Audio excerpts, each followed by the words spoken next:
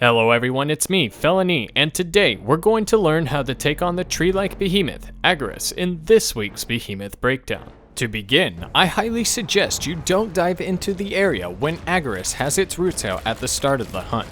The reason why is because these roots can deal a good chunk of damage if you get hit, so wait until they retract before entering. Agarus is also notorious for having poison in the area, so using a perk such as Iceborne or a Life Drain tonic can be quite useful for this hunt. Next, we have its enraged state. It's a pretty standard enraged state, but pay close attention when you start to hear the enraged state sound effects being played, because there is little time to react once this behemoth begins to swing around. Another thing you may want to know is its Aether Charge state. Unlike its Enraged state, its Aether Charge state will create a protective aura around its body, and its roots, which can hit you, will expand towards the edge of the area. And if you want to avoid getting hit by the roots, watch where the roots are pointing before they expand. This state also spawns small patches of shrooms around the behemoth that will eventually explode and leave a toxic pool. But if you destroy these patches early, they will instead create a jump vent that you can use to mount the behemoth. And if a player is mounted, expect to see Agarus flail around and summon rocks that will smash the ground.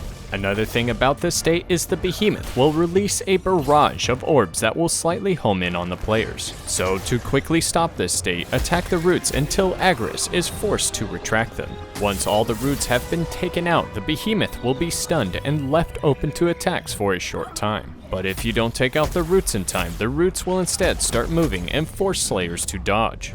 A couple of other tips I would like to mention is Agarus usually keeps poison at its base, so attacking the arms is a solid go-to solution if there is poison located there. Just be careful when the arms shift around when the behemoth is moving, since this can also do small bits of damage.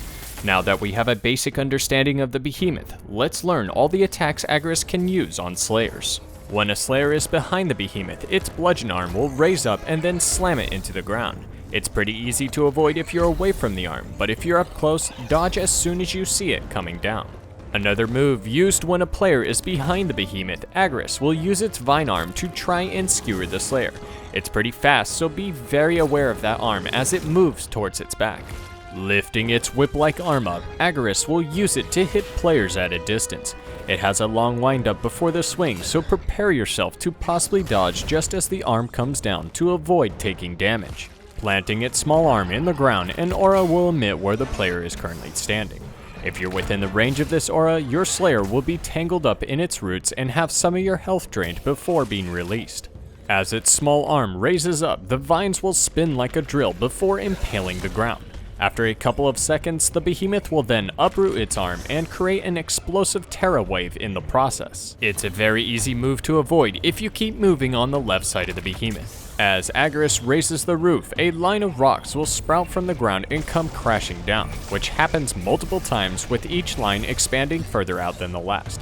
It's fairly easy to avoid, especially if you go through these small gaps in between the rows. Reaching towards its back, Agarus will pull off an orb of toxin and lob it into the air, which will leave a toxic pool upon impact. As long as you step away and reposition to another spot, you'll avoid this toxic pool easily. During its enraged state, the behemoth will pull out a large rock and smash the rock a couple of times on the ground, crushing those nearby. Be careful not to stay close when it tries to pull the stone out, otherwise you'll get hit.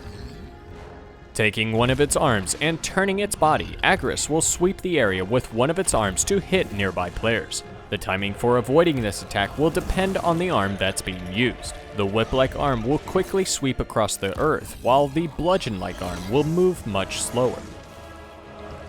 Planting both hands on the ground, the behemoth will raise its trunk up and slam it back down to crush those attacking its base. Luckily, it's slow, but like I said earlier, this area does produce poison, so don't attempt this without having some way to heal. Alright, that should cover everything you will need to know. Thank you everyone for watching, and I hope to see you in Dauntless.